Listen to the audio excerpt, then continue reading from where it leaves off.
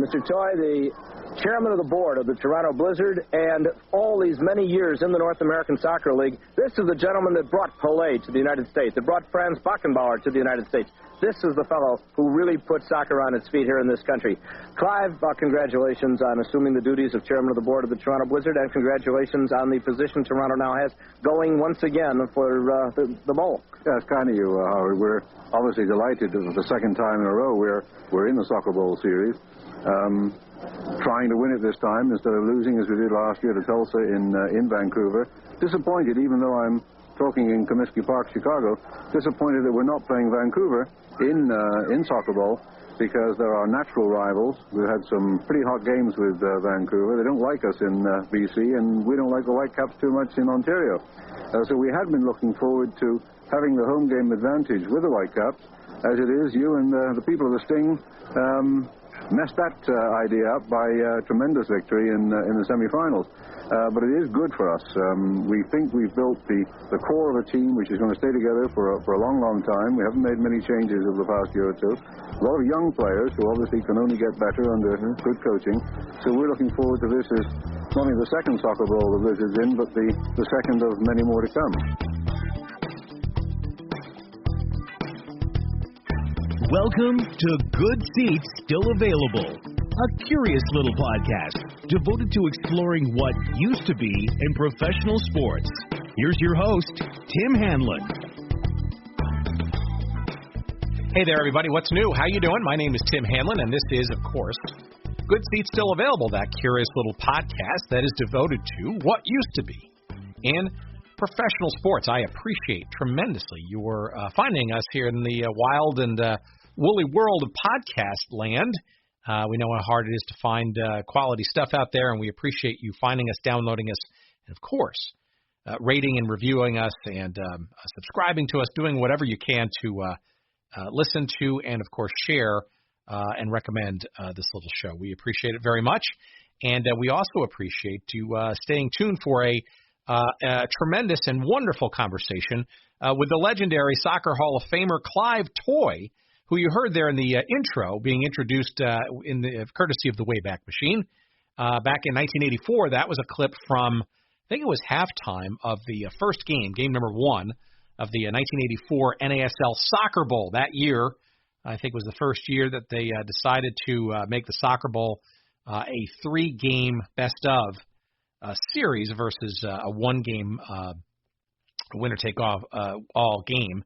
And that, again, was 1984. And when Clive, as we'll get to in our conversation, was the president, chairman, general manager, chief cook, and bottle washer for the Toronto Blizzard of the NASL in its last year. As a matter of fact, the entire league was in its last year. As a matter of fact, that clip wound up being the second to last game ever played in the North American Soccer League. And there's a lot of sort of consternation and question marks circling the North American Soccer League at that time in 1984.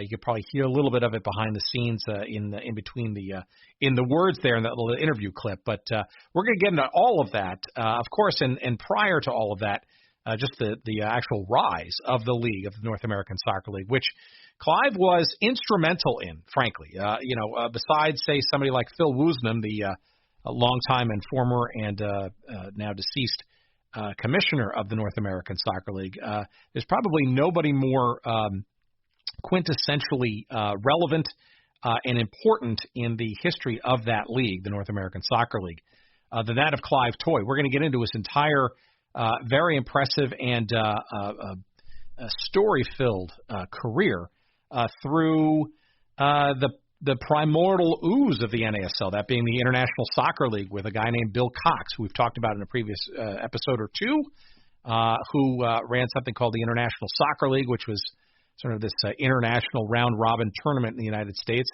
Of course, the 1966 World Cup in England fueled even more interest in the sport here in terms of getting some professional leagues going, plural. There were no fewer than 3 entities that wanted to get leagues running, and 2 of them wound up doing so in 1967. You're going to hear from Clive and his work with Bill Cox, as well as Mr. Cox's involvement in one of those two leagues, the NPSL, National Professional Soccer League. We've talked about that in a few episodes as well, and how that led to the NASL, which was sort of the repository of the two leagues that came together after a somewhat disastrous 1967, competing against each other to create at least one standalone league in 1968. And you're going to hear an amazing set of stories from Clive in our chat in a few minutes about sort of what sort of transpired there. As a matter of fact, it was basically the league on life support for a few years, and then slowly but surely through the efforts of Clive Toye, Phil Woosnam, and a handful of other long-term believers, Lamar Hunt, of course, and a few others, got the league back on its feet and then some into just an absolutely crazy time in the latter part of the decade in the early 1980s. We get into all of that, not only the league, but the teams like the Baltimore Bays of the NPSL and then NASL, the New York Cosmos, which Clive Toye was essentially the architect of, at least until 1977 or so, when the team really was rocketing to the super stratosphere. The Chicago Sting makes an appearance for a couple of years, as well as the Toronto Blizzard, as we've mentioned before. A lot more to come in our conversation with the American Soccer Hall of Famer Clive Toye in just a couple of seconds. Please stay tuned for that. You're going to love it, I assure you. A couple of promotional friends and notes we want to share with you. We want to say hello again to our relatively new sponsors, oldschoolshirts.com. Our friends out of Cincinnati that have just an amazing array, and you're going to find a lot of North American Soccer League stuff in there. Maybe some NPSL jerseys and shirts and T-shirts, etc. as well. I don't know about jerseys, but shirts for sure. And it is the place to find just an amazing trove of shirts with all kinds of great logos and teams no longer with us, leagues, as well as just cool cultural stuff from decades past as well. You're just going to get lost in oldschoolshirts.com. And, of course, when you find something you like, and you're going to find something, I'm pretty sure of that, use the promo code GOODSEATS at checkout and get 10% off of all of your purchases. Oldschoolshirts.com. Give it a try. Take a look. I guarantee you're going to find it really cool. And make sure you use that promo code GOODSEATS to get your 10% off all of your purchases. And once you're done there, I want you to point your browser, why don't you, to our friends also at sportshistorycollectibles.com. No relation, despite the similar sounding site. Sportshistorycollectibles.com, run by our friend Dean Mitchell out in San Diego, has just an amazing array of memorabilia. So from teams and leagues and nearly departed or dearly departed franchises no longer with us. So once you find that shirt or two to reminisce about the team or the league that you're missing desperately, why not go over to sportshistorycollectibles.com and find a few actual artifacts from said team? That could be press guides or bumper stickers or media guides. Occasionally there's some outerwear or shirts, but programs and yearbooks and you name it, pennants, all kinds of stuff. And there's new inventory almost every week, and it's beautifully photographed. Again, you will get lost there as well. SportsHistoryCollectibles.com. And, of course, we got a promo code for you there, too, and that is, can you believe it, Good Seats. Good Seats is the promo code for SportsHistoryCollectibles.com. Get 15% off all of your purchases, he says, there. That's SportsHistoryCollectibles.com, and we thank them for their sponsorship of our little show here as well. All right, let's segue right into our great conversation. This is one I've been anticipating for quite some time, and I was privileged to have some time to chat with the great, the legendary, and the very instrumental builder of much of the North American Soccer League through much of its history. Just about, he was pretty much there from the beginning to the end. His name is Clive Toye, and here's our conversation. Come on. Maybe it would help the audience a bit to sort of give a little bit of background of Clive Toye before and then how he became ensnared in this American soccer thing. You mean with stupidity or ambition? I mean, which of those two would you prefer? Well, I sense it's a melange of two.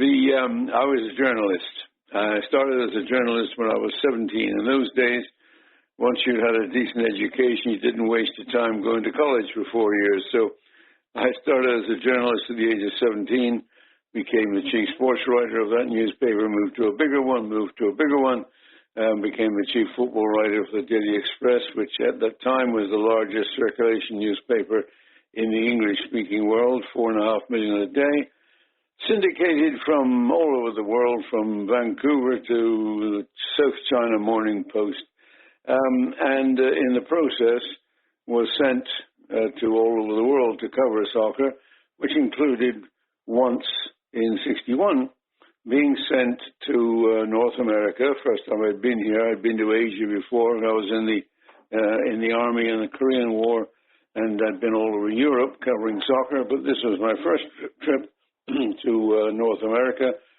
and all kinds of stuff to cover. World Cup golf in Dorado Beach, Puerto Rico, 4 4-minute milers up at Harvard Stadium, world title fight, and a rather unimportant thing called the International Soccer League, which was put together by a fellow called Bill Cox, who during the war, I gather, had owned the Philadelphia baseball team and got chucked out of baseball for some misdemeanor. And Bill would invite teams from overseas into New York once a year to play this International Soccer League. He had a local team in New York Americans, and on this occasion had two clubs from Britain, Kilmarnock from Scotland, Everton from England, and so I covered all of that. In the course of that, met Bill Cox, who said, one day we're going to have a professional league in America, build the game. Wonderful, I said. That's interesting. So I wrote 8 paragraphs about that on a quiet day when there was nothing else to write about. It was hardly, it seemed, the most important story of the year. And as the years passed by, Bill, very nice fellow, I got on with him very well. He used to come and see me in New York to ask me phone numbers for this team or that team that he was bringing over. And on one occasion, he turned up with another bunch of American guys who talked about, oh, yes, we want to start a professional league, etc. But with the World Cup coming up in England, 66, I wasn't too interested, although I did write some stories. And I wrote one story about the fact that Phil Woosnam, who was then a player with Aston Villa, Phil Woosnam had shown interest in going to America, and so there was a story in the paper. Woosnam was interested. Strange that Phil and I ended up running the league, but who would have known that at the time? So eventually, after the World Cup was over, everyone came back again, talking seriously about starting the league. And as I'd covered everything in soccer by then, it seemed a bit interesting. My wife and I said, well, why don't we go to America and introduce soccer and have some fun and learn some things and see a different place and come back again to England in 2 years' time. So I said, I want a job. And I got offered 5 or 6 jobs, took one of them as general manager of the Baltimore Bays. And that was 51 years ago, and the 2 years that we intended to stay here have somewhat lengthened. Well, so let's back up for a second. So did you, the ISL, right? So an interesting story. We've delved a little bit into it as sort of the primordial ooze, if you will, of what became the 3, I guess then became 2 professional leagues that kind of get going in 67. But what was your impression of the ISL? Because obviously, how can I best put this? That notion of bringing, quote unquote, the best international talent to these shores has seemingly been and still is, right, with the International Champions Cup and Charlie Stilitano and those folks, still sort of that I don't know, that aura, right, that the American populace will only enjoy the best that there is on the planet, and the only way that they're going to really get to soccer is to see the best of soccer here on the shores versus starting something new. No, I mean, Bill Cox was doing it because no one was going to turn up and pay 50 cents to watch any local players play.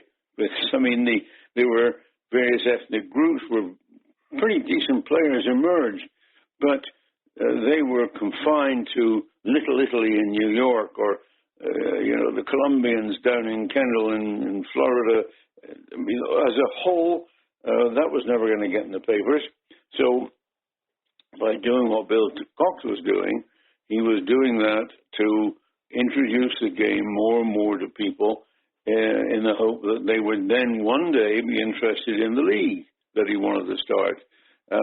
What Charlie Stillitano and his mob are doing now has got nothing to do with growing soccer. It's to do with making money, because soccer's already grown. You still get looking at the attendances this weekend in MLS.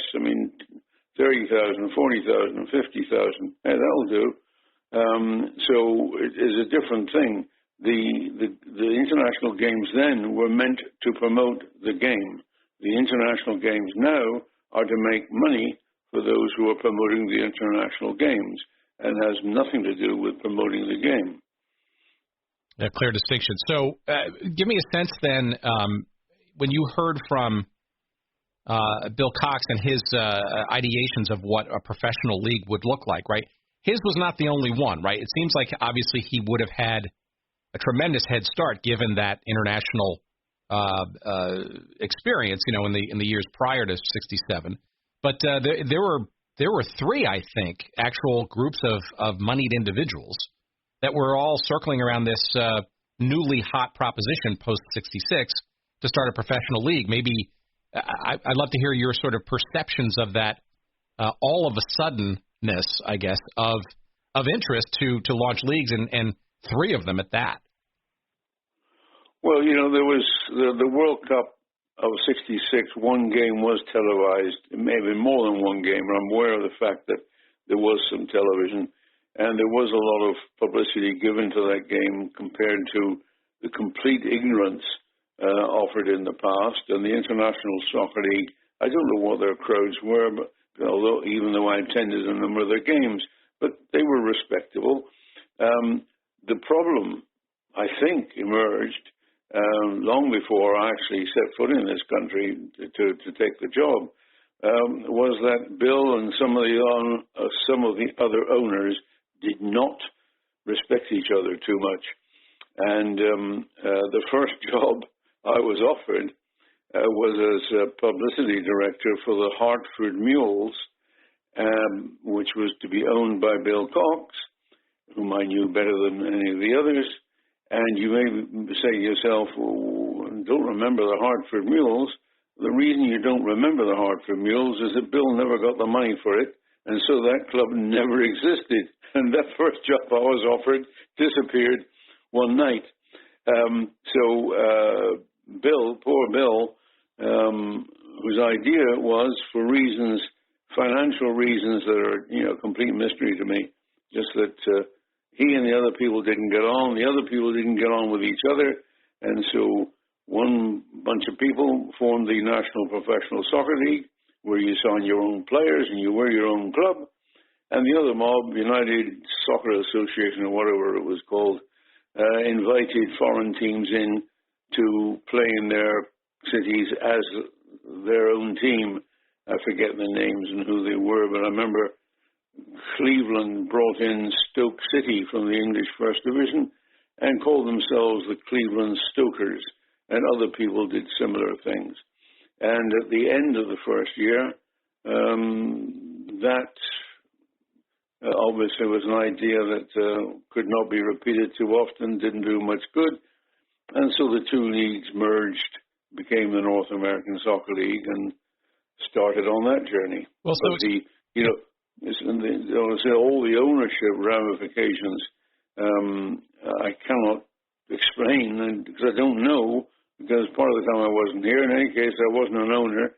In any case, I couldn't understand what the devil half these people were talking about. Well, all right, so give me a sense then of the NPSL. So you were recruited essentially to be the general manager of the Baltimore Bays of '67, right, which was the first year of the NPSL, obviously competing against the USA.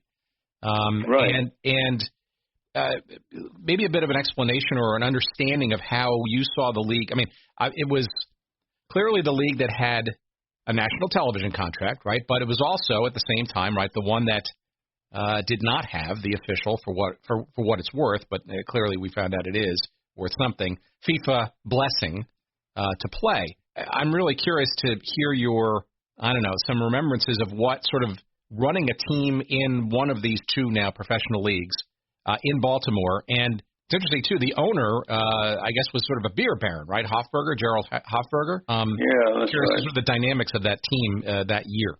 Well, I mean, the huge difference between the NPSL and that other mob is that we were signing our own players. We were playing our own team. We were out promoting the game and promoting our players in the local communities. We were signing players from the local communities when we could find them that were any good. And we had our feet firmly entrenched in the city in which we were building the team. The other mob arrived, played, and left again. And in some instances, we did quite well. In some, we did appallingly. But, I mean, we had decent crowds in Baltimore. I forget what they were, but we used to get a lot of publicity about the game. We used to go out, our players and coaches would go out and help people coach and help people play, kids play, and all the rest of it.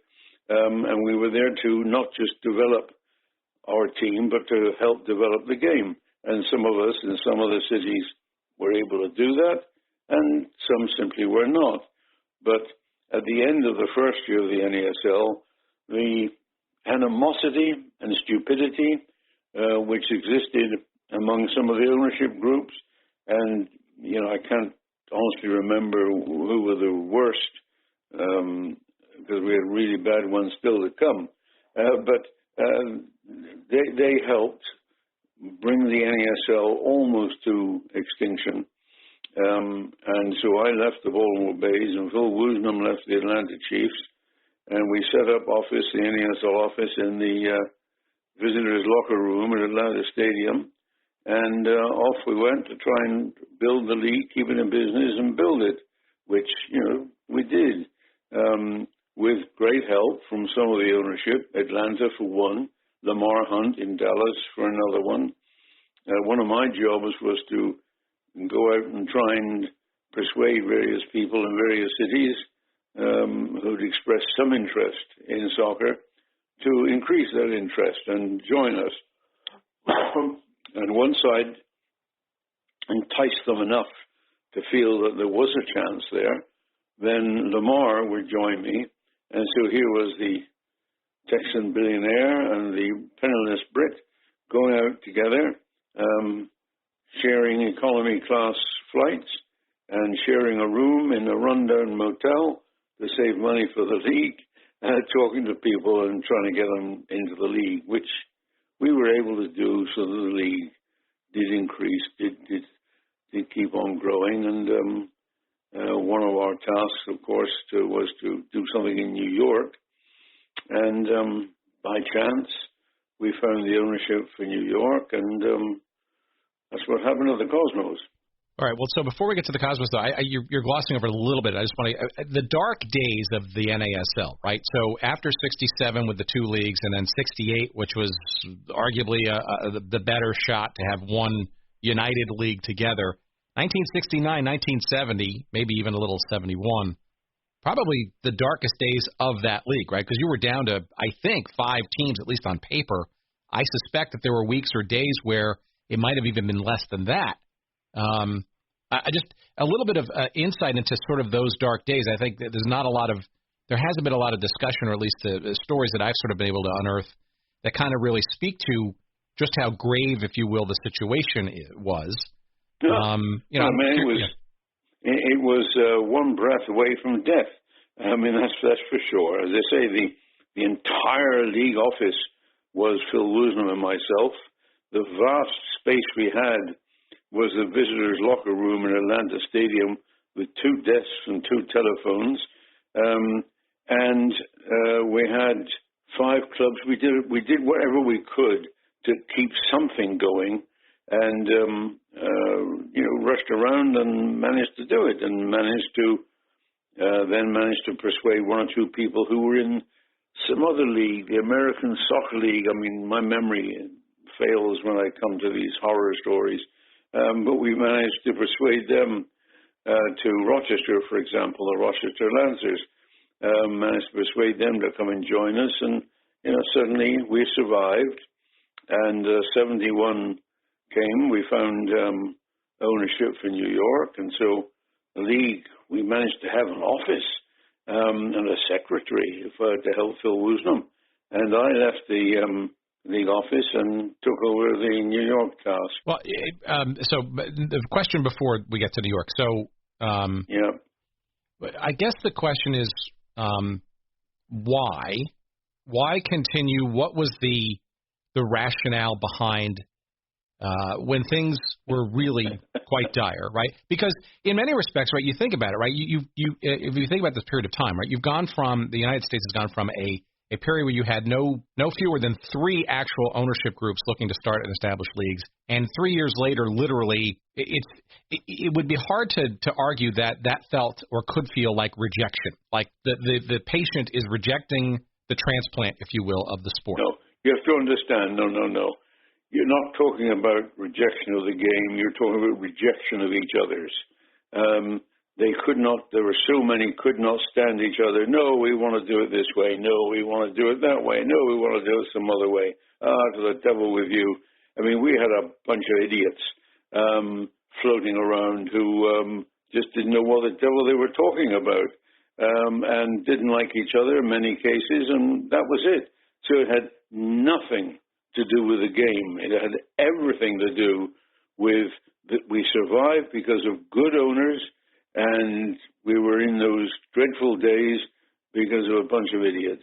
That's interesting, because I think it's really interesting and important to understand or hear sort of the belief in the sport, the game itself, if only done in a more traditional or professional and or well-reasoned and well-thought-out manner. And it seems to me like you're saying that a lot of it had to do with sort of greed, avarice, disagreement, and people getting in the way of each other versus the quality and the sanctity of the listen, I'm not sure how many of the silly devils actually ever saw a game. They just, there's something exciting. What was that on television? Oh, Charlie down the road says he wants a club. Oh, let's get in. I mean, I didn't meet all of them, but I mean, I met a number of them, and by goodness me, am I glad I had nothing to do with them.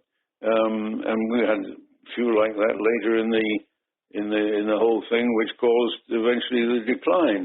So, I mean, ownership is a very important factor, and if they are prepared to be serious about it, you can do something. If they're idiots, the mob that owned Philadelphia later in the day, a bunch of British rock stars, I forget their name, but superstars. I mean, for heaven's sake, what a complete fiasco they ran the club with. The idiocy of ownership is a major factor in those dark days, as you call it, of the, whatever it was, the late 60s. We had some good owners, and they're the ones who were still around when we reached a level of success.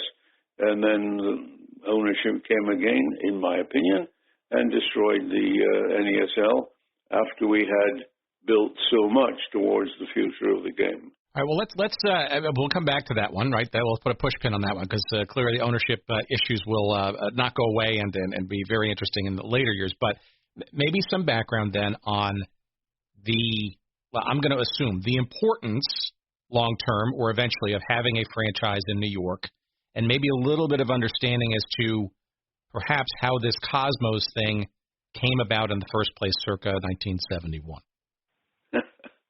Well, whether it was good or bad, the decisions that were made to rebuild and keep the league going were made by Phil Woosnam and myself. And we reached a number of conclusions when we were sitting in that locker room that New York was vital. We had to find the right owners who had the right amount of money, and at least owners who had the right amount of money who would hire me to run the club, and that Phil would run the league, and that we needed to start to build to get the World Cup hosted in the United States, and we needed to get Pele, the two big things were the World Cup and Pele, starting with the growth of the league in New York, etc. So we worked on those things and found the ownership in New York completely by chance.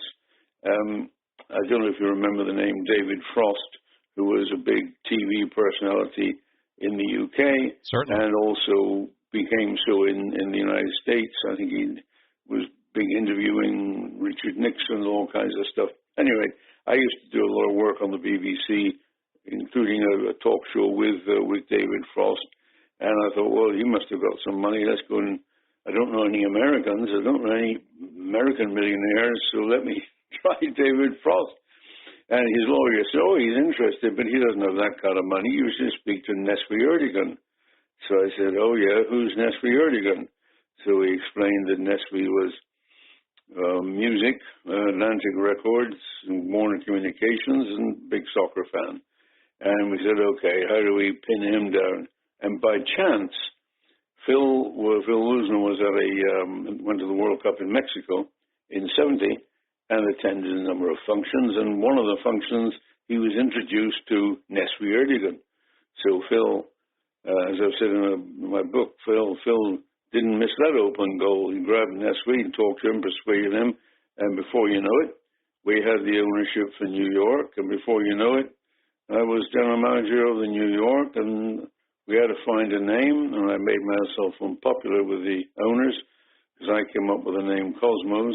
And Nestle and Ahmed, his brother in the music business, wanted to call the club the New York Blues, and I thought that had nothing to offer. And somebody else said, oh, get some publicity, call the team the New York Lovers, and have pink uniforms and whatever. And so I concocted a competition to name the club and forged some applicants and came up with the name Cosmos, which is the one that I wanted. So that's how we became the Cosmos. So a little bit of trivia here, or a little bit of a deeper into this. So we had Waylon Moore on a number of months ago, who was the artist, I think, who was the Cosmos logo. Indeed. So, and I think he was a little uncertain as to sort of how the name sort of truly came about. Now, I've seen or heard, and again, the internet's a crazy thing, right? So do you trust it as far as you can throw it, right? But, what the name of the Cosmos, right, was that the specific name, or was it, I heard Cosmopolitans, and it was a shortening of that, a la the New York Mets? What was sort of the very, okay. Listen, it was my thinking to come up with a name.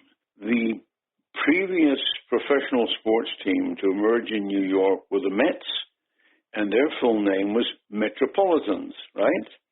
So I thought, now, what can I do to best that? Well, Cosmopolitan is bigger than Metropolitan, and I can shorten Cosmopolitan to Cosmos, and what's bigger than the Cosmos? That's it, the biggest thing you can possibly do. So I said Cosmos.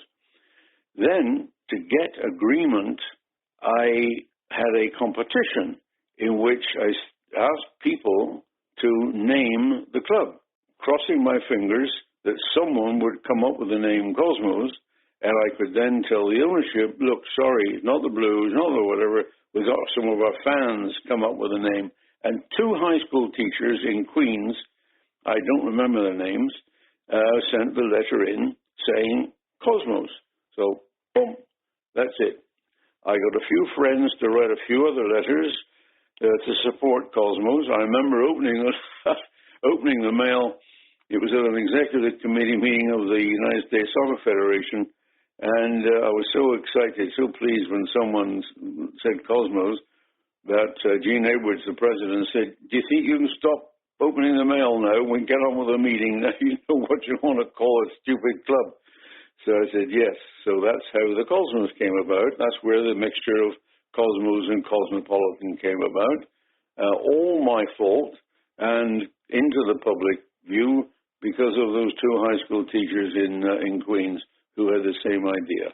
Whose names, by the way, according to my research, are Meyer Diller and Al Capelli, and they were at Martin Van Buren High School in Queens. So that's an interesting little story. So that's the two. If that's the names I said so long ago, I can't remember the names, but by heavens, those were the two high school teachers in Queens who came up with a name that helped me do that.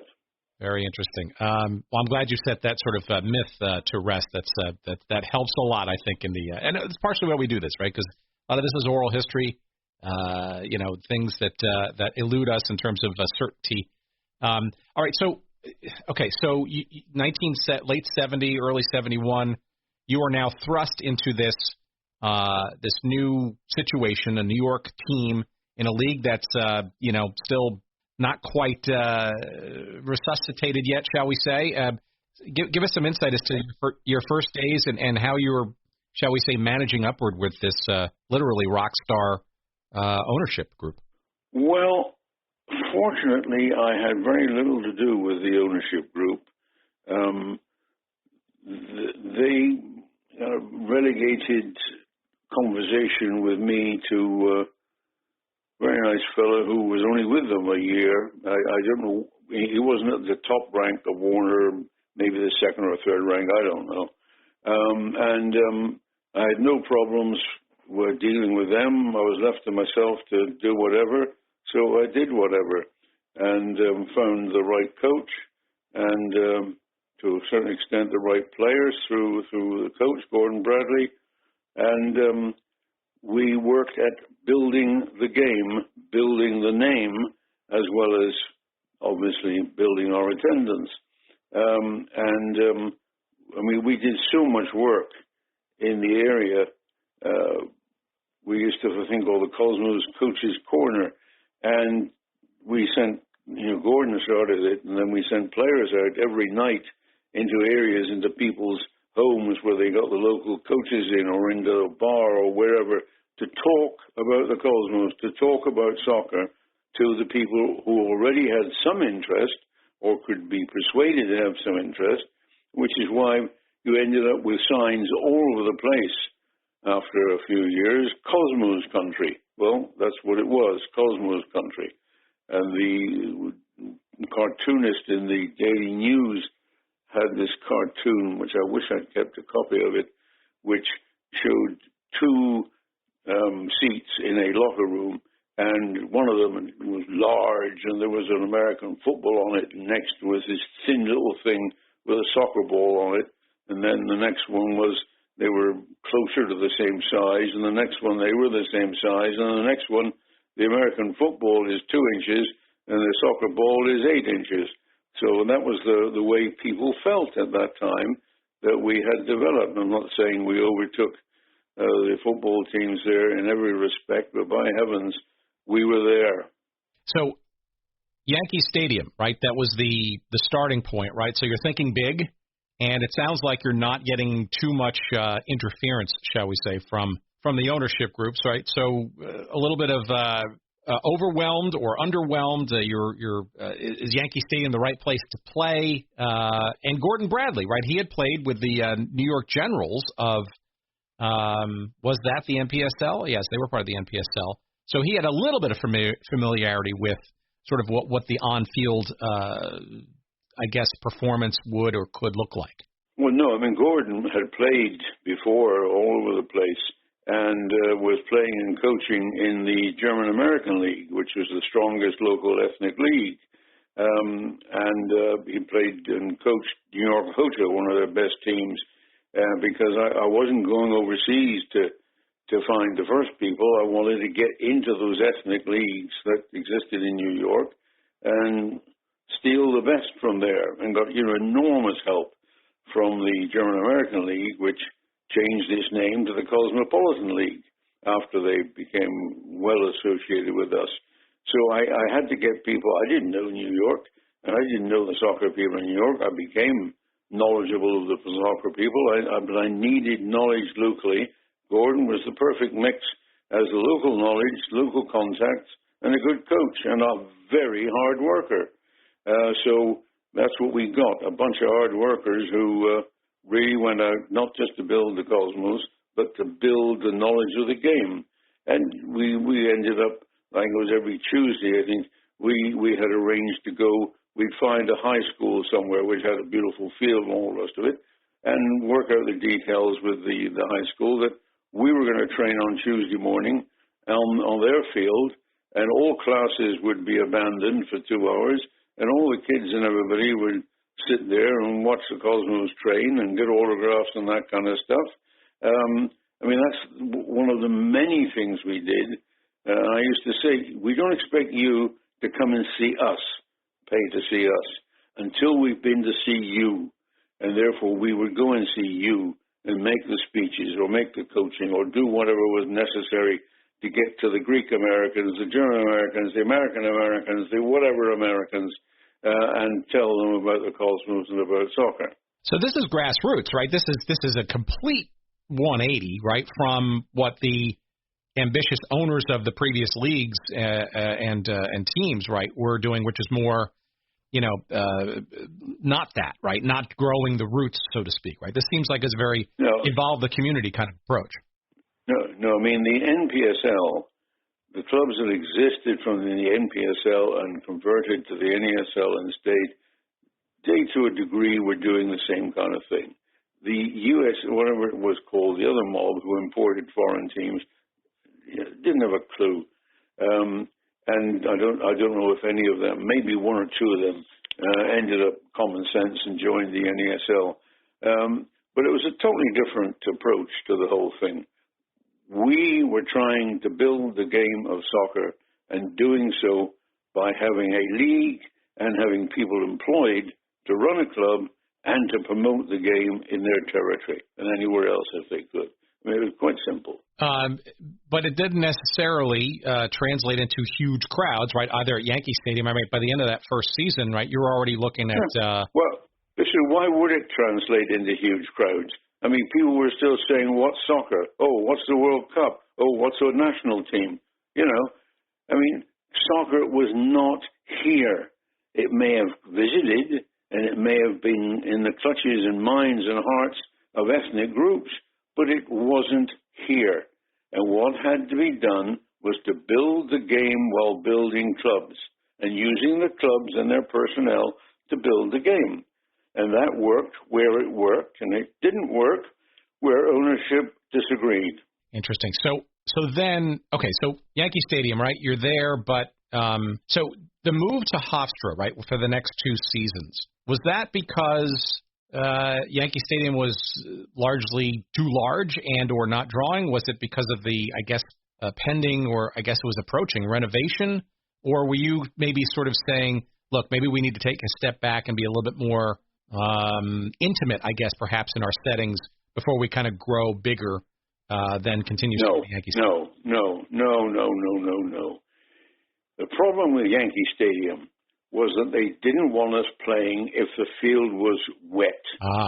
So therefore, there's a regulation. I forget what the time was for a Saturday or Sunday game, but if there's an evening kickoff at 7 o'clock, if it rained, they had the right to cancel the game any time up until 4 o'clock on the day we had a game kicking off at 7 o'clock. Now, how many seasons can you stick and doing that, knowing that people may be turning up and they turn up and find, oh, well, it isn't raining, but it was, and the Yankees said we can't play.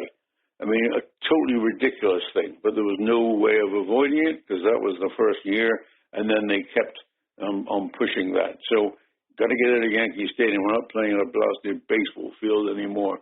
And Hofstra seemed the right place, stayed the right place until Giant Stadium was in the offing.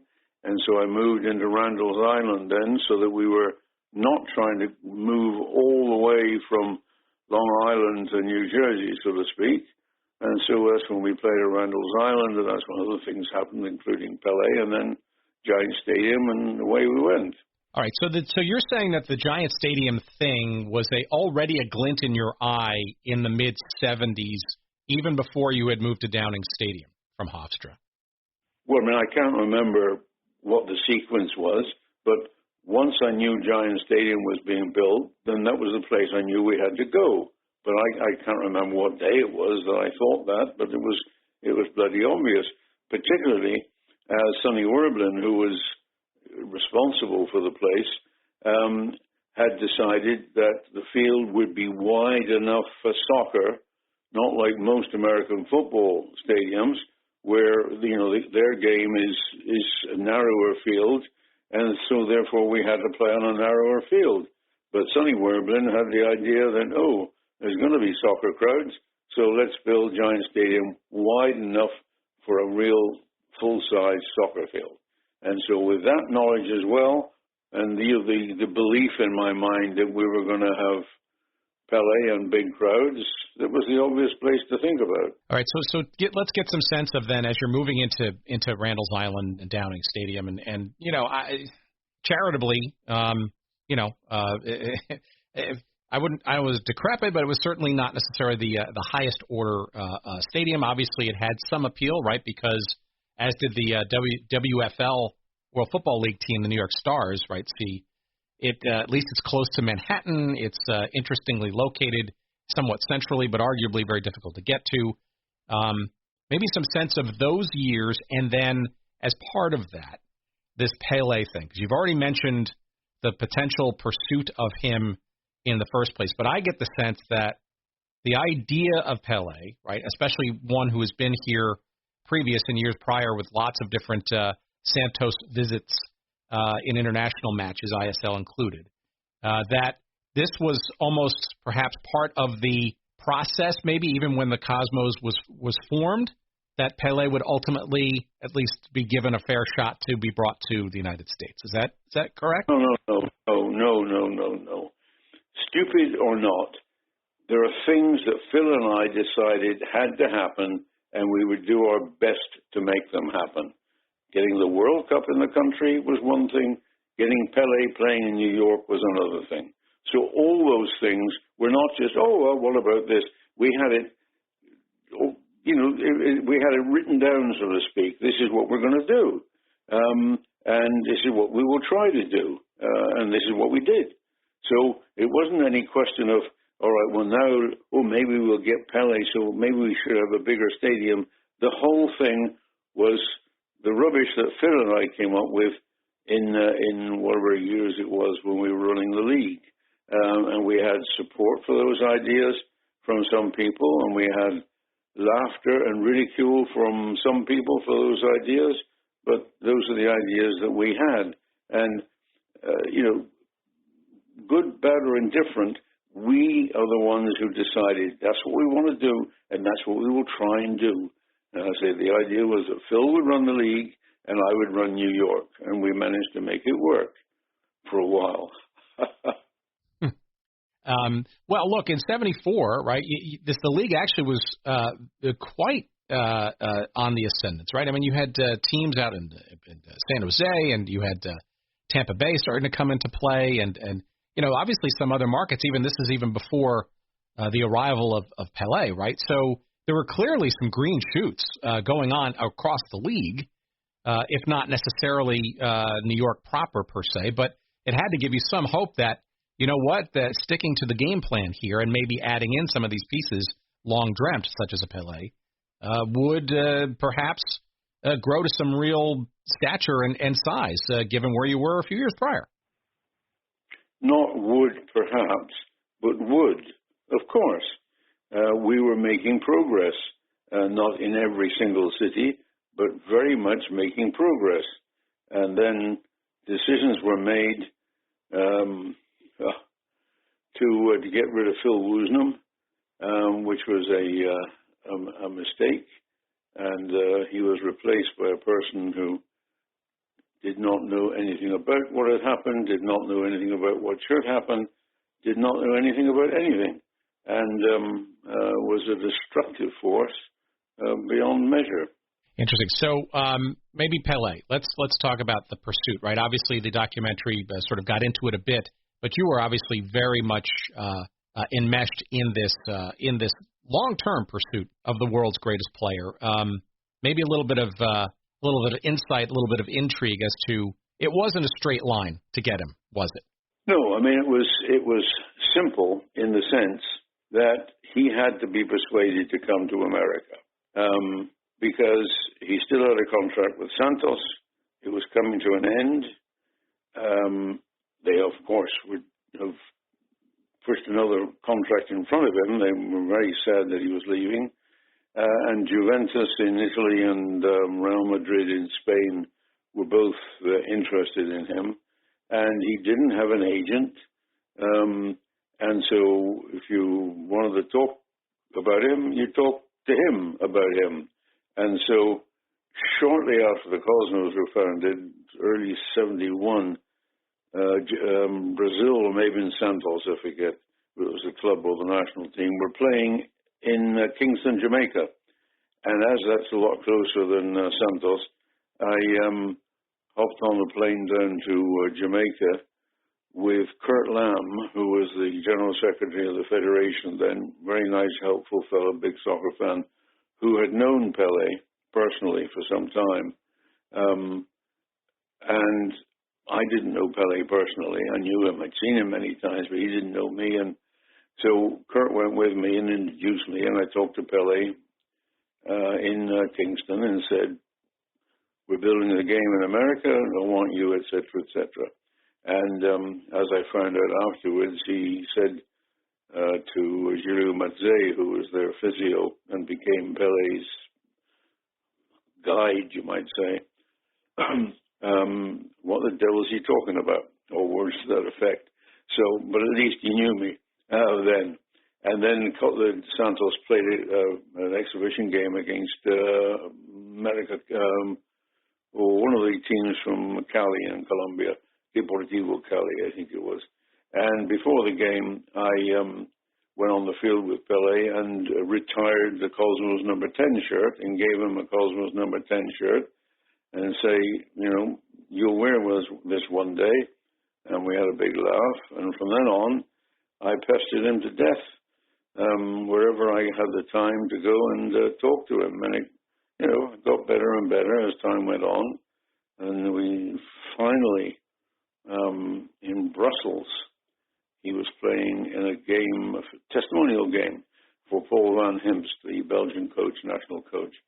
And we finally got down to it where he said, okay, I will play.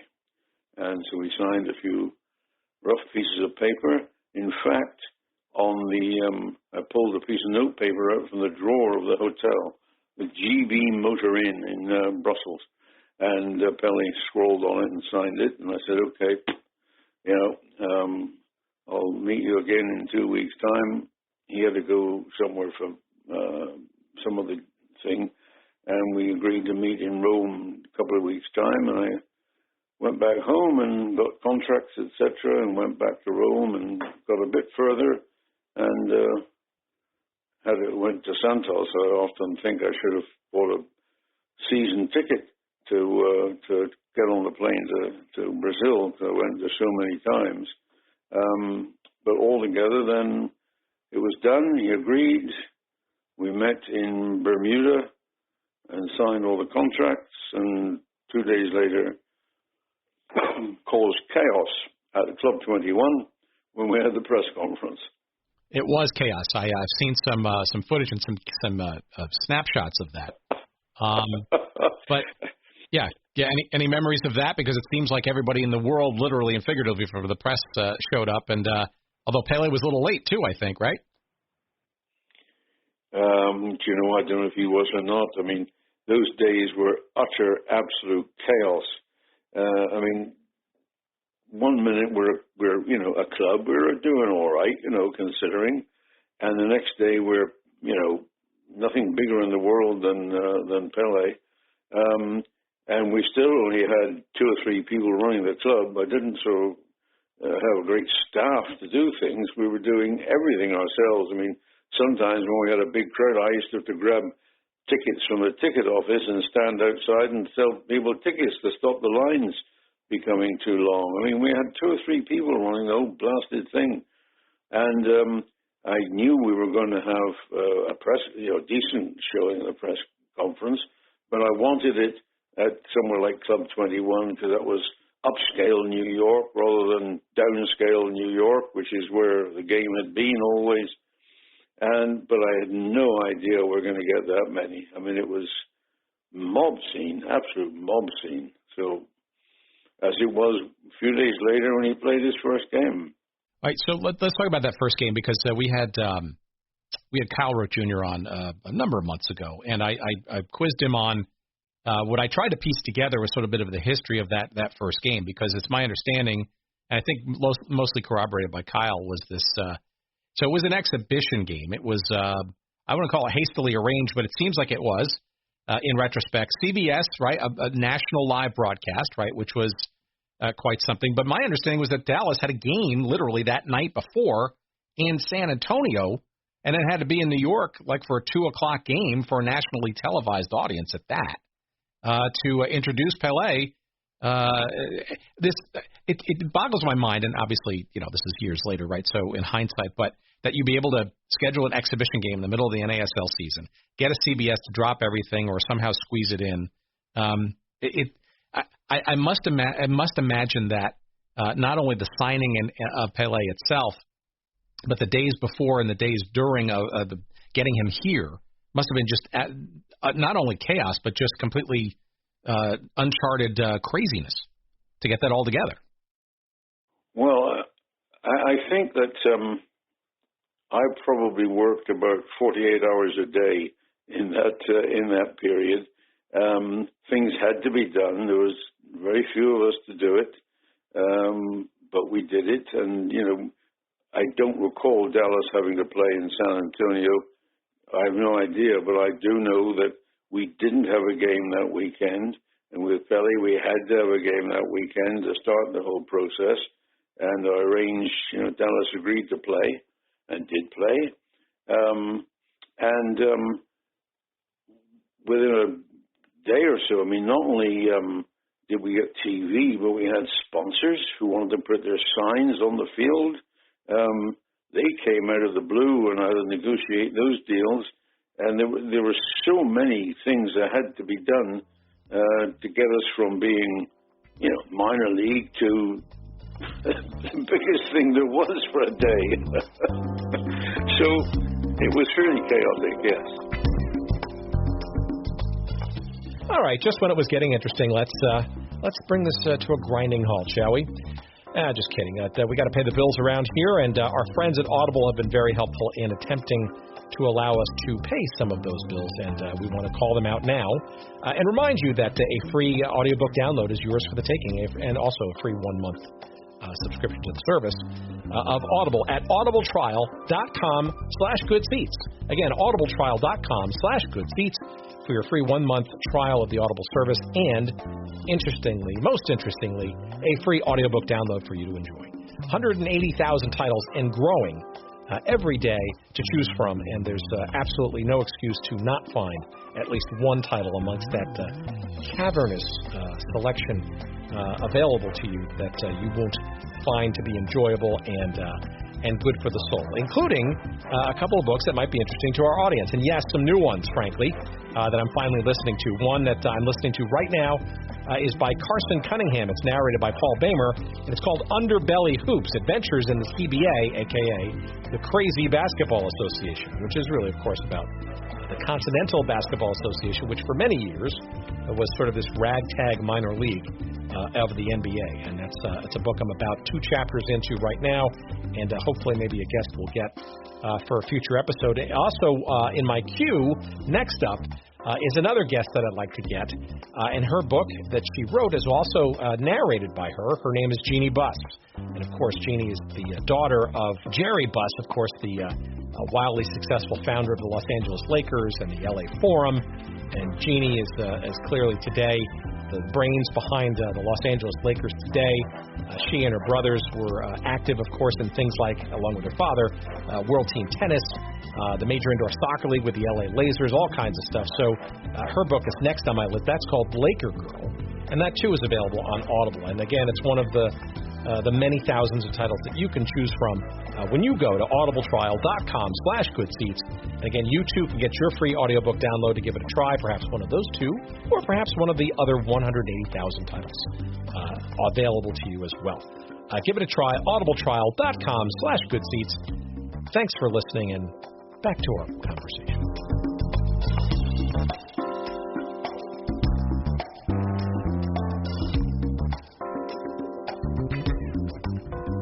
Okay, so there's another sort of rumor floating around there, and I don't know where this sort of came about in our conversations in this podcast, but maybe you could either put this to rest or corroborate it. Was there, to your knowledge, any kind of sort of agreement amongst the league or the league clubs or owners to help subsidize this big contract of Pele's beyond what Warner Communications, the owner, was putting together? That is sort of a take one for the league kind of thing to help get Pele here and share the wealth. So it's quite simple.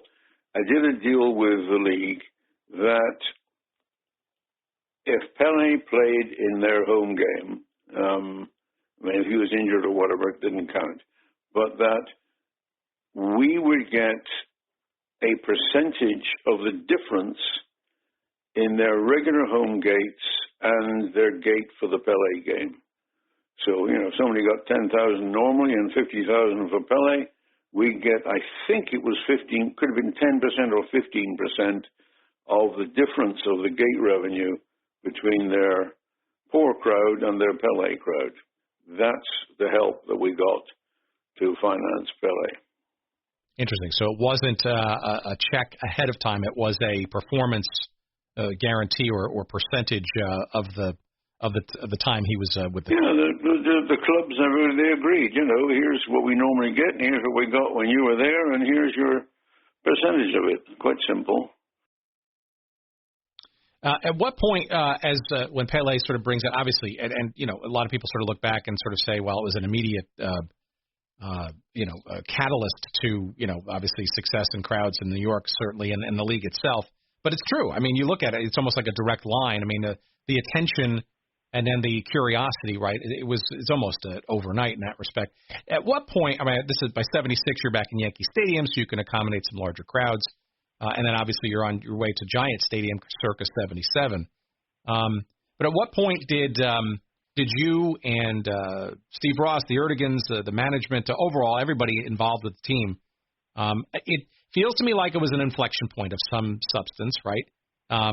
That also begat the notion, the idea that Pele probably the beginning of this pursuit of quality talent, not the end of it. There came a major difference of opinion. I signed Beckenbauer over the objections of some of the owners because I wanted him to be the last foreign player I signed, because he was such a complete player on the field that I wanted a whole more and more young Americans to come on, and I felt that we could do quite well with the number of Americans who were beginning to show talent, and Pele there to play in the middle of the field and control everything. But the signing then at the urging of Steve Ross, the signing of Kinalia, and then somebody else wanted, that's right, the Erdigans wanted a Turkish player, and so we ended up signing Turkish goalkeeper and had a mass of limousines leading 75 Rockefeller Plaza with ownership and everybody on board, going down to the helicopter port and flying by helicopter across the Giant Stadium to discuss the goalkeeper situation, the Turkish guy or Shep Messing, should he play on this weekend? And we wanted Shep Messing the whole time, and most of the time Gordon Bradley and I won. But the owners were getting, because of the success, were getting more and more interested and more involved and more stupid. So that was that. So I get the sense, reading from some of the Steve Ross biographies and stuff, that ultimately he kind of, and like a lot of owners in various fledgling and or challenger leagues of the time, and it's very historical. It almost feels like this was his NFL team at some point, and perhaps some of the opulence or the big timeness of this was maybe sort of. Did you get a sense that this was sort of his dream? Is really this is him playing out his desire to be an NFL owner or a major I guess, professional sports league in the United States owner, and then that perhaps with the signing of Pele and this sort of growing into something maybe significant, that this was sort of his way of doing that? Or am I putting words in your mouth here? Well, I mean, there's no question that he suddenly wanted to be prominent in whatever was happening. I mean, I recall him when we moved to Giant Stadium, which he didn't want because there was no subway to Giant Stadium, he said. But when we got to Giant Stadium and it worked, he was full of praise for himself that we'd gone to Giant Stadium. So, you know, we had a bunch of owners who sort of were in the background, but suddenly wanted to be in the foreground. And it wasn't just Steve Ross, it was the Erdigans, and with Steve Ross's great friend, Kinalia, and that was it. So maybe some sense of the 77 season, right? Because it's clear that you've been helping architect this team from where it's very modest beginnings, right? And obviously from the league office itself to, shall we say, the precipice of, I don't know, superstardom. You know, you cannot underestimate. And clearly the story of the Cosmos has been talked about quite a bit. But I think there's a whole generation of fans who just don't. You cannot underestimate how comet-like this team was in the mid to late 1970s, not just on the New York sports scene, but just on the national sports and certainly national soccer scene, the international scene, especially in the sport of soccer. Sure, right? Sure. I mean, did you at what point, say maybe in '77, when you're there at Giant Stadium, starting to see some of these gigantic crowds? At what point did you was there any time that you sort of took great pride, like, wow, look how far we've come, and then maybe at the same time say, wow, where is this going to go, and maybe not necessarily in a good way? Or were you just sort of caught up in the moment? No, well, as I mentioned just there, now, I knew where it was going to go if I was making the decisions. It was going to be the first NASL team to have a majority of American talent on the field at every game and doing extremely well and helping build a national team. That's what I wanted.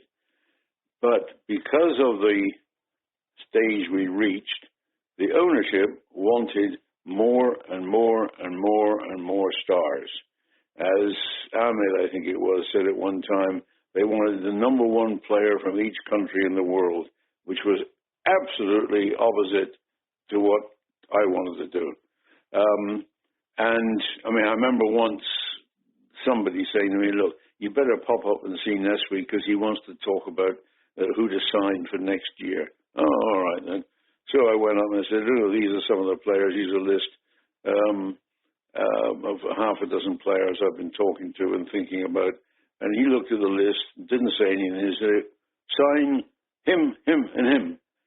And I looked and I said, well, the only problem with that, Nestle, is all three of them are left backs. And we don't exactly need three left backs.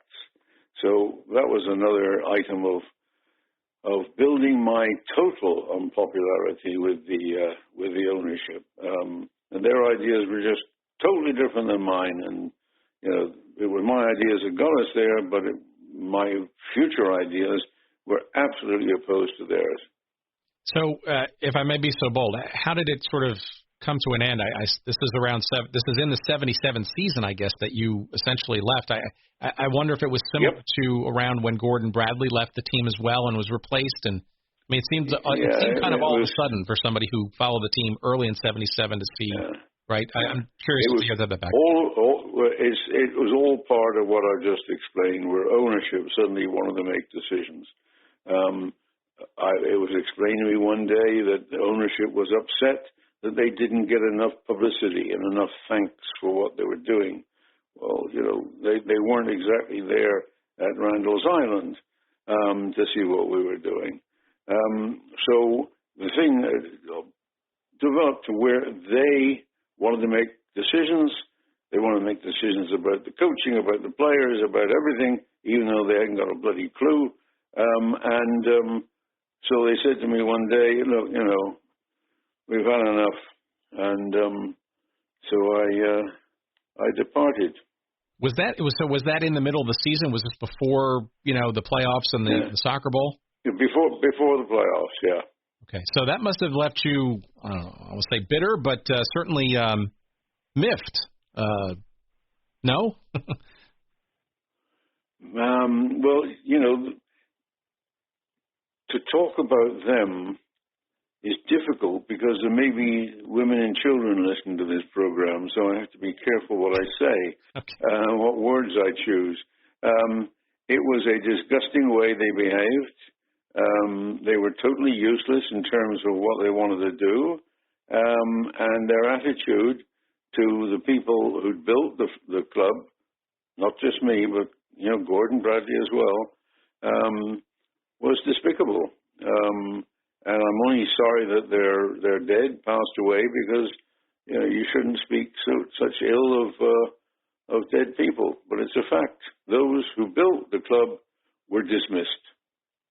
And I would assume the feelings of bittersweetness, right, when that gigantic crowd in the playoffs at Giant Stadium, the world's the largest in the U.S. at that point, the Soccer Bowl championship.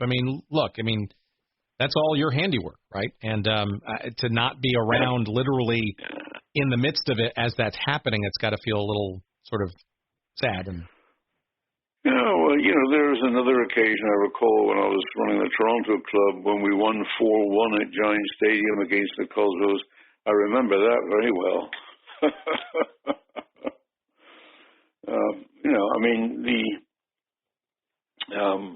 Chicago, we reached Soccer Bowl once, if not once.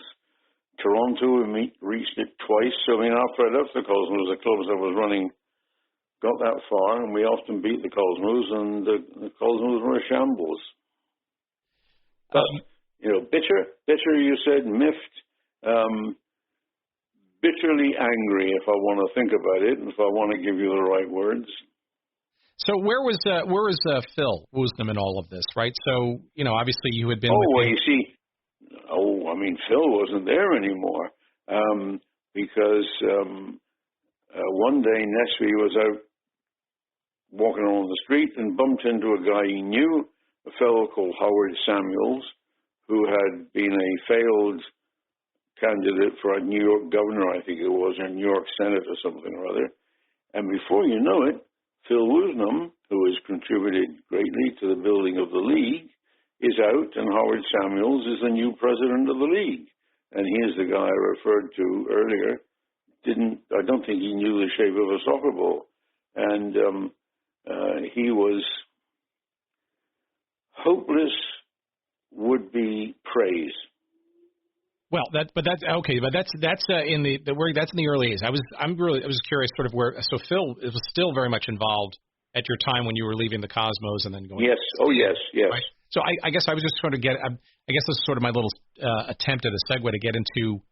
So it seems to me that maybe obviously the relationship with Phil and you were strong, obviously from the earliest days. But I guess when you were, shall we say, departing the Cosmos, what was Phil's opinion about that move, or was he now possibly, my interpretation, correct me if I'm wrong, perhaps getting, shall we say, caught up in the success of this too, not unlike, say, the Cosmos? No, Phil thought it was ridiculous. Okay. But there was nothing he could do about it, and he was starting to get lots of problems that hasn't existed before, and it was only 5 minutes before I started getting offers to run other clubs. Phil didn't get involved. I didn't ask Phil to get involved, and he couldn't have done anything if he did get involved. How did the sting come about? Obviously you would be perceived as being a very hot, I would argue, commodity, given what you had done from the earliest days, building up what was arguably now maybe the most, certainly the glamour club, or the beginnings of the glamour club of the NASL.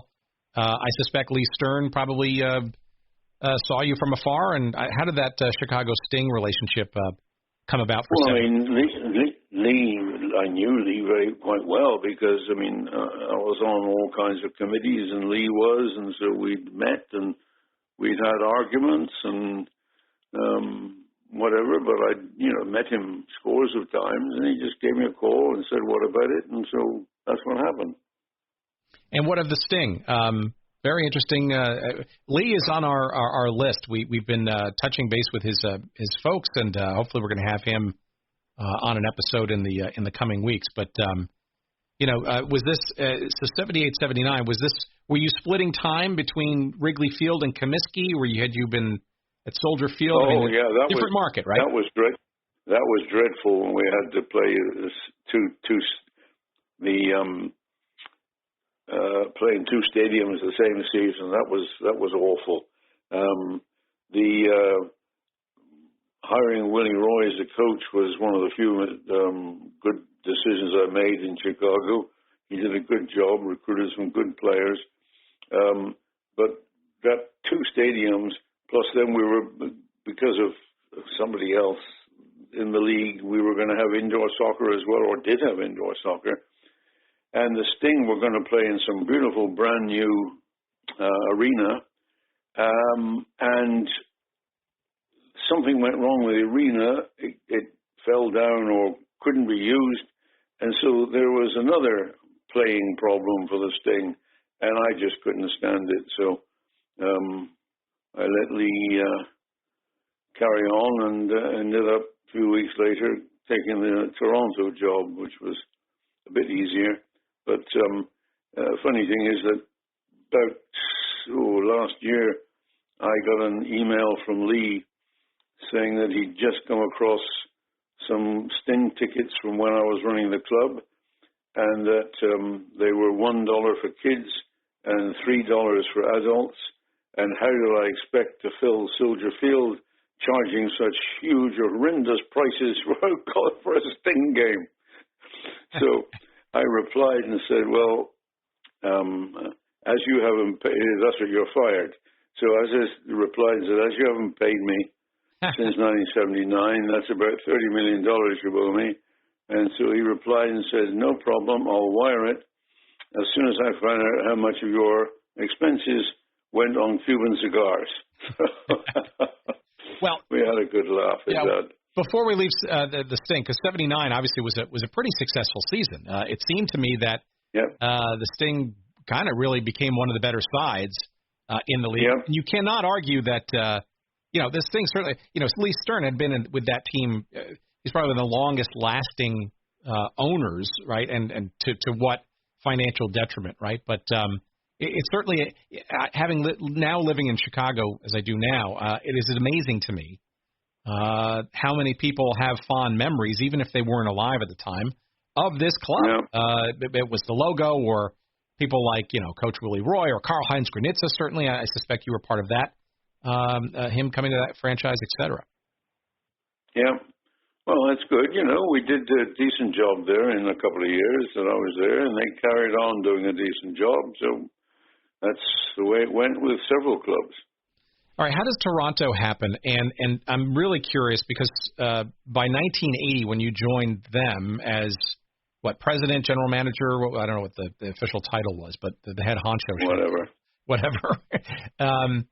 Toronto at the time had a very interesting and somewhat torturous history with the NASL, right? Because, when they won the championship in 76, right, they were known as the Toronto Metros Croatia.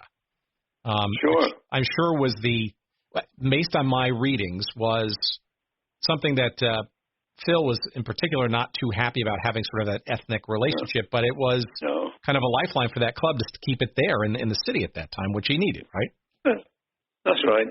And suddenly out of the blue, I had nothing to do with it, I can recall, out of the blue came these TV people. I shouldn't remember the names, but I don't. Who bought the club from Croatian owners, and then gave me a call and said, "Oi, you fancy coming to Canada?" So as they were changing the name to the Blizzard, and I liked Toronto, it was a nice place, and they had Cuban cigars there, which they didn't in the United States. So I took that job, and we did quite well. So that was the Global Television Network. So there's a picture, and I'm trying to remember. It was trying to remember some of the players that were featured in that picture. And I don't know if it was the first season as the Blizzard or the second. And I don't know if it was. I just don't remember. I will find it and I will email it to you. But do you remember a game in the early part of one of those first seasons, either 80 or 81, where it was actually snowing? Almost. Oh, sure. Oh, yes, absolutely. It was. In fact, if my memory is correct, it wasn't snowing before the game or in the first half, but when the players came out for the second half, it was pouring down. Yeah, it's a great picture, and I will post it when we post this. Yeah, no, absolutely, it was snowing. It was the perfect welcome for the blizzard. That's hilarious. So, all right, so give me a sense then of the 1980 to 1984. You're leading the Toronto Blizzard, and you're still very much involved in the league. So I guess I have sort of two questions in regard to that. So one, with the New York Cosmos and all of their, shall we say, vaunted success, or at least perceived success, in your rearview mirror, and having been with at least one other club and now a second club since then, I'm really curious to hear what was your perception of the league at that point in your Toronto management days? When did you sort of see things go a little, shall we say, wobbly in this 14 league thing?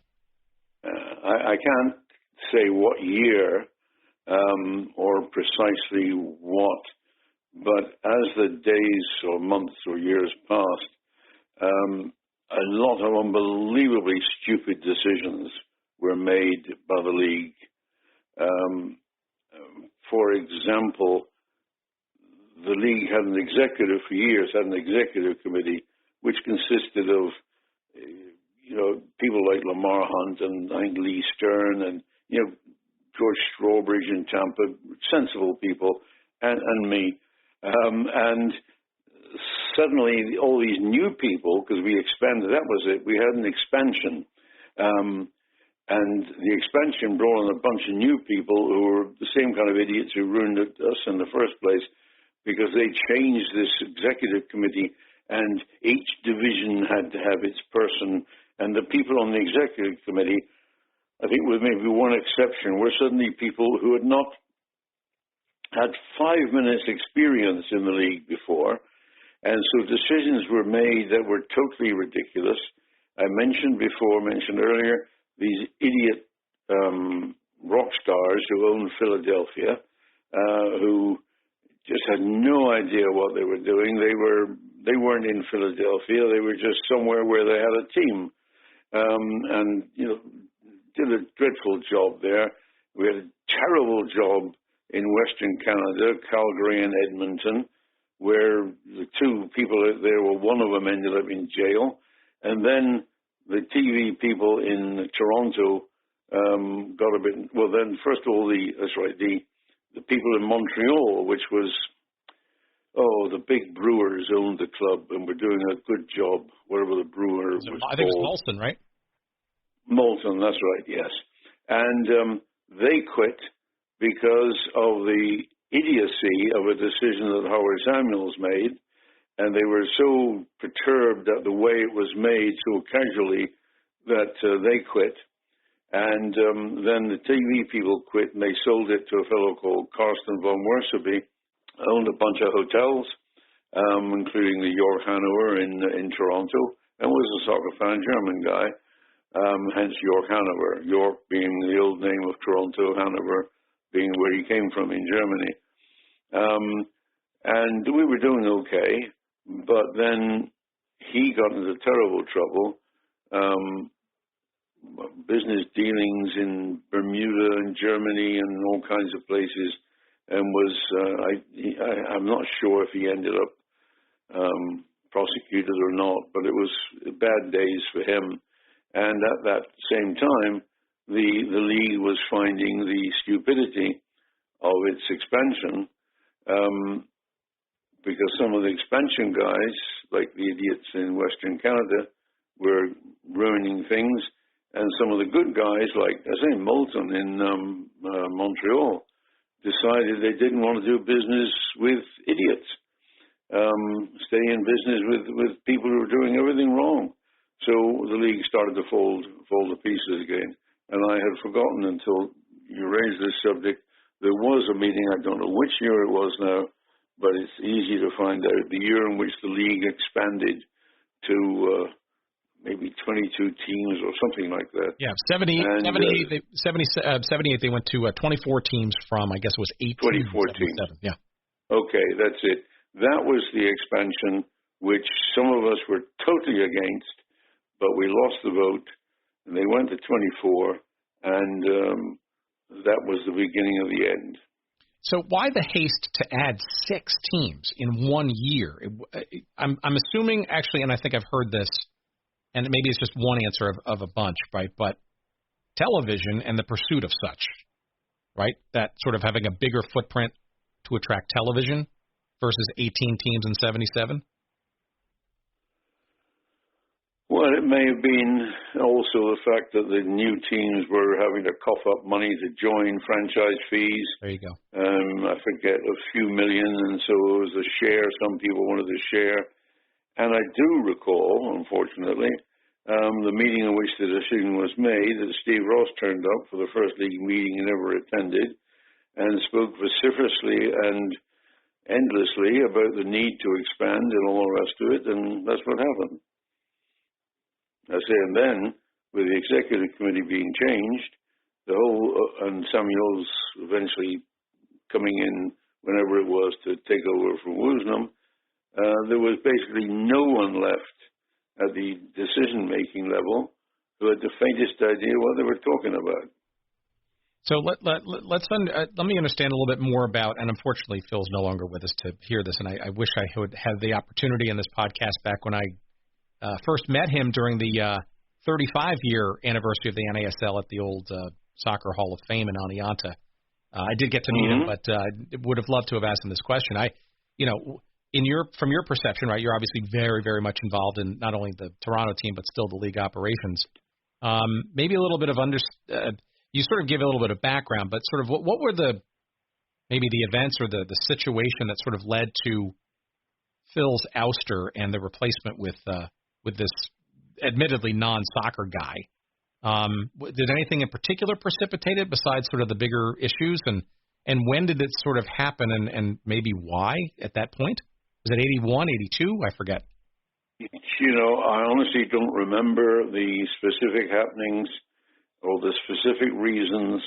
It was all part and parcel, I would say, of what had been going on, that those new to the whole thing were now making the decisions, and those who had brought the league and the game to that level were not wanted anymore. And it was commonplace.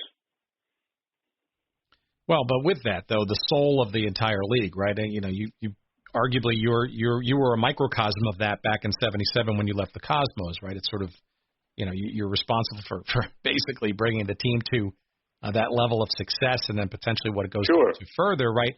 Phil, this is probably even a grander vision of that, right? Because without obviously a Phil Woosnam in the darkest days of this league way back when, you wouldn't even be at this arguably higher order problem of too many franchises and national television issues and that kind of stuff. I just came across some old pieces of paper a while ago, back from 1969, when Phil and I were, as I said before, in the league office. Both of which I wrote. One was I wrote it because in one case I was the chairman of the publicity committee of the federation. We didn't have a committee, but I was chairman of it. And we had a meeting, Phil and Gene Edwards and whoever else was around at the time, and we decided that we were, Phil and I pushed for it, and everyone agreed we would fight over the years to get the World Cup. So that was written in 1969. Same year, I ended up writing, with input from Phil and other people, the long-range plan for the league. What we would do is several pages long, how we would develop the game and do this and do this and do this and do this. So much of the time that Phil and I were there, we were discussing things with owners like Lamar and Bob Hermann and a few others who had gone through that ridiculous early stage in some respects, and we were talking utter nonsense as to what we were going to do in the future. And so there was that relatively clear plan as to where we were going to go until the expansion. And in fact, those who voted for the expansion, that's right. I remember, we wanted to kick some of them out of the league, but instead of that, they voted for the expansion. And so that was helping the thing on its way. But both, in my opinion, the advance from nothing to something's fairly important, came about because of the plans that we had at the beginning and the support there was from a bunch of good owners. And then the whole thing almost failed to begin with and flopped at the end was because of idiot owners. And I exclude from that people like Strawbridge and Stern and Bob Hermann and Lamar Hunt and Walt Daggett and some of the others whose names escape me now. But there were a bunch of very good people. May always have differences of agreement, but they were genuine people, wanted to do a genuine thing in their cities. But some rubbish. So speak to me about Howard Samuels and sort of the last days of the league, because obviously, I want to get a sense of sort of, you mentioned, his enormous unqualifications, I guess, for being a soccer league commissioner and then some, but maybe a little bit of, but it's also, I think, it gives me, it sort of seems like a very descriptive coda, perhaps, of the league itself in its last year and days, right? Because at the end of everything, who did they turn to once Howard died, somewhat unexpectedly? It was you, right? Pretty much to kind of, pick up the pieces and see what was left if anything to go forward. So the league was already dead. I had the Cosmos ownership had been passed to Kinalia, and he was. We had a league meeting with the lawyers at present and all the rest of it. Went through the formalities to kick the Cosmos out of the league. In the meeting in which Kinalia threatened to throw the league attorney out the window. Prior to that, I had been in Vancouver just about convincing someone to come into the league in Vancouver. When a guy came in the room we were having the meeting in and said, "Hey, look at this." And there was a AP or Reuters or whatever story that the Cosmos were going to play by themselves and do all kinds of things and weren't sure they were going to play in the league. And so the Vancouver people said, well, in that case, thanks for coming to see us, but, we don't want to talk about this anymore. So the thing was, and so another fellow from Houston was going to come in and put the Houston franchise in, and then, he didn't like the stadium, so then he went to somewhere in Georgia or Mississippi or somewhere. It was going to have a stadium, but then it didn't happen. So all this kind of stuff was happening to close it down. And it was not dissimilar to that mentality of ownership which almost finished the thing off back in the 70s. So you were with the Blizzard 84. You came that close to winning the championship in 84. The now 3-game series called the Soccer Bowl against Chicago, your old that's right. nemesis. And Samuels, basically by the end of the season, just shortly thereafter, dies of I think it was a heart attack, right? What had he not, passed? Did you have any positive sense at that time that maybe things could be turned around in the league, or did you think that even with his passing, or perhaps exacerbated by it, that it was just sort of inevitable even before that happened? That it was not. Two things I would say. First of all, just one story about Howard Samuels. He came to Toronto when I was in Toronto, and we had a big meeting, the mayor of Toronto and all the people, on that wonderful, great, tall tower they've got there. I forget what it's called now. So we got this 50, maybe 100 people, and Howard Sanders made the speech. I think it may have been about soccer ball or something, whatever. It was to promote us. And at the end, as his voice raised, he said, and one day the United States will win the World Cup, which, of course, was not met with tumultuous applause in Canada, but complete silence. I mean, what a... Yeah, not a great read. Not a great read of the room, right? I mean, just awful. People were looking around and saying, "Who's this stupid idiot? If he doesn't know what bloody country he's in." So I mean, it was reported widely that he'd told everyone in Canada that the United States was going to win the World Cup one day. That did a lot of good. And your question about did I have a feeling things were going? Undoubtedly, and it in fact it had started when that expansion took place and the changes in the executive committee members and all the rest of it. It was for those who had what I would say common sense. We were all concerned. And I mentioned a bunch of owners just now who were good. I mean, they had their concerns. But now they were in a minority vote, and things were not going well. All right. Well, a couple of things as we sort of, round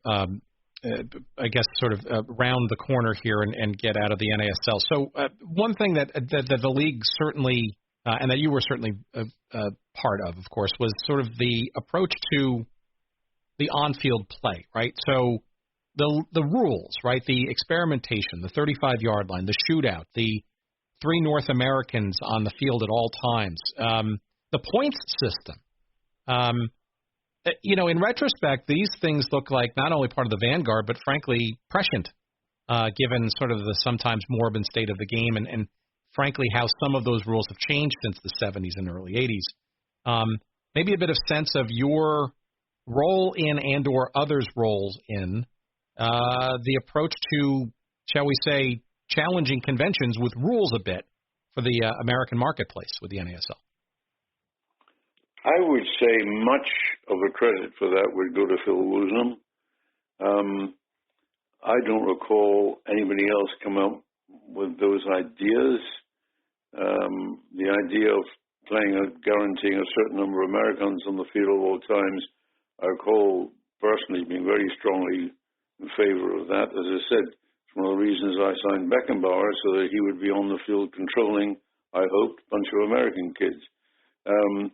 But Phil was, and names of players on the back of the shirt and that kind of stuff. That was all, I think, all Phil's ideas.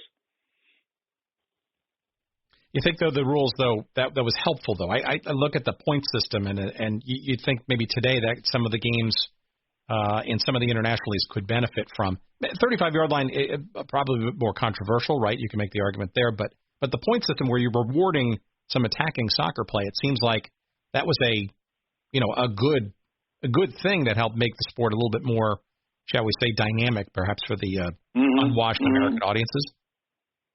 Yeah, sure. I mean, it didn't hurt at all. All right. I guess sort of the last real, big question would be, let's call it sort of the legacy, right? So, there are a lot of people look back at the NASL and say, it certainly was sort of that sort of once-in-a-lifetime kind of thing. It's never going to be replicated. MLS is a more sane approach to life. But frankly, I think there's a lot more people who would sort of say, without the NASL, there wouldn't be whatever there is today, Major League Soccer, a potentially competitive U.S. national team. The World Cup, we'd even talk about that. Maybe we could just start there and then go to your sort of your legacy sort of answer. Without the NASL, yep. One thing that wouldn't be taking place for sure is this conversation. And another thing that wouldn't be taking place is your conversation with anybody else about the game of soccer. The NASL did it, and I don't mean to say I did it, or Phil Woosnam did it. The NASL, with its collective work, some of it good, some of it brilliant, some of it not so good, some of it terrible, changed the entire picture. From literally when we started, people would say, "Oh, soccer, what's soccer? Oh, what's that, like kickball, is it? You play, no, didn't know that. And what's the World Cup? And what's a national team? And, why are you doing this? Do they play this anywhere else?" I mean, we were communist midgets, according to a newspaper I think it was in San Francisco, intruding into the American game. In Baltimore, I remember being asked by, I forget his name now, one of the big Baltimore newspapers, when we reached the championship game in '67, playing Oakland in the final. He said, "So if you beat Oakland, you'll be world champions, right?" So I said, "Well, no, because there are so many other countries where soccer is played, and we would only be champions of this league. Not like a team in the NFL is world champion, or Major League Baseball is world champion, or the NBA is world champion, because nobody else plays those bloody games. But everyone plays our game, and so we won't be world champions." I mean, that was the kind of mentality that existed. So it was from almost zero. I say the only place the game existed then was in little narrow ethnic groups in various cities. It existed in St. Louis. It existed in Annapolis. The Naval Academy in Annapolis had a soccer team, and Glenn Warner, their coach, was known because he was the only soccer coach in Maryland. I mean, it was nothing around. So if it hadn't been for the NASL, there'd still be nothing around.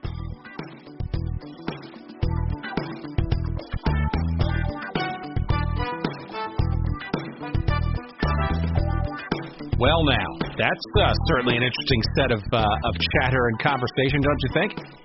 Not one to mince words, and certainly a legendary career in the building and the shaping of the professional soccer game in this country with Clive Toye, who we thank tremendously for being a guest. And, of course, if you want to go deeper into some of the things that we proverbially just scratched the surface on, the book you need to get is called A Kick in the Grass, The Slow Rise and Quick Demise of the NASL. Came out in 2006. It's published by our friends at St. Johann Press.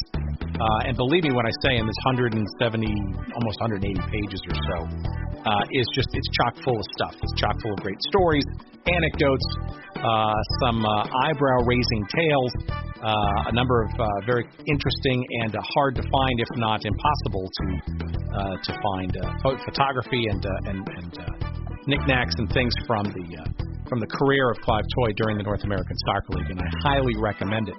You should also check out Clive's other books, Anywhere in the World, which came out in 2015, also in St. Johann Press, which is a look into sort of the international lens, if you will, of the game and where it is today and kind of how it got there. And for you kids out there, Toby and the Greatest Game, which is published by iUniverse, is also out there. We're going to have links to all of those books on our website, which I highly encourage you to check out, of course, at goodseatsstillavailable.com. Our interview with Clive Toye, and you will see links to all those books, as well as some other cool stuff, a little bit of description of the show, and some links to some cool stuff related to what Clive and I just got finished talking about. We also want to remind you that we are active, and then some, on social media. Feel free to follow us there, too, will you? On Twitter, you'll find us at Good Seats Still. On Instagram, you'll find us at Good Seats Still Available. You can like us on Facebook. And if you want to send us some email, by all means do that. We're at hello@goodseatsstillavailable.com. And, again, if you go to the website, you'll also be able to sign up for our weekly newsletter and find out all kinds of other good stuff, see our old episodes, etc. So, by all means, do that. And once again, we, of course, we could not do this without the good work and the kind graces of our friend Jerry Payne and his friends at Podfly Productions. That's podfly.net. Get your podcasting needs served there, will you? And we thank them and him, as always, for the great production work that he and they do. All right, I'm done. Thank you so much for listening. It's been a pleasure, and I appreciate your listening, and hopefully we'll hear you or see you or talk to you again in the very near future. Take care, everybody.